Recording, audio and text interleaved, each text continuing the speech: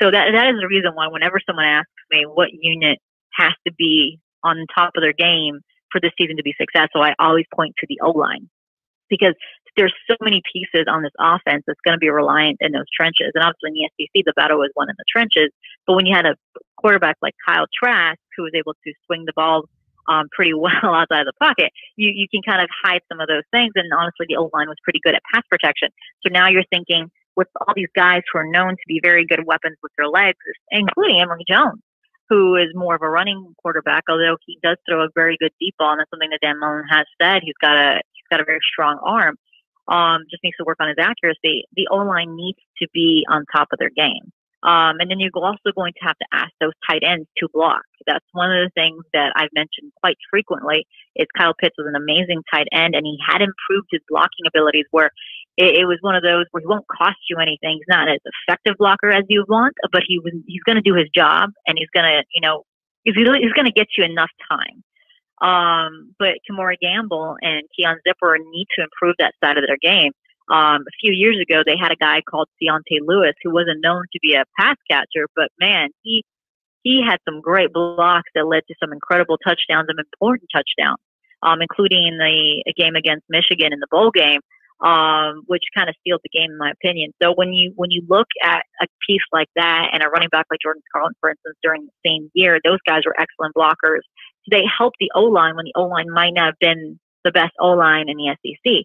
Now you are reliant on the O-line trying to figure out the chemistry between the guys, figuring out what the best lineup it is, considering we had issues on the right side. But you also need those tight ends to block very well. So there's going to be a lot of questions for Mullen this year if that running game doesn't succeed as much, because you have so much talent on the running back room that you need to hope that your O-line, your tight ends, everyone's on the page as far as the running game. Yeah, you hit on something that's probably one of the more underrated aspects of the game, and that's wide receivers blocking in the run game.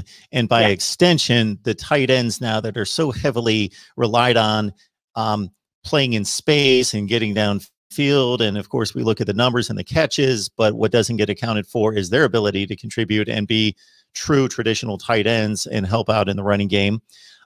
Maybe only second to the ability of running backs to stay in the pocket and pass protect for the quarterback.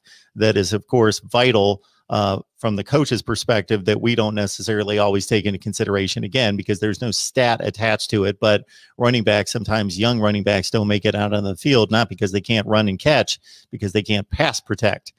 Correct. And definitely your point about Malik Davis out of the backfield with 31 catches. And what stands out is 12 yards per catch is a huge number for a running back. He was getting downfield on a lot of wheel routes and so forth. And of course, we got Dameon Pierce coming back as the leading rusher, 503 yards, 4.7 per carry, and 4 touchdowns. Not going to relinquish carries easily to the 2 5-stars. Jackie Franciulli, allgators.com on SI. Jackie, we always appreciate you stopping by and giving us the breakdown on the Gators. And you're welcome back anytime. Thanks, Mark. Thanks for always having me. I love talking to you. Good stuff. All right.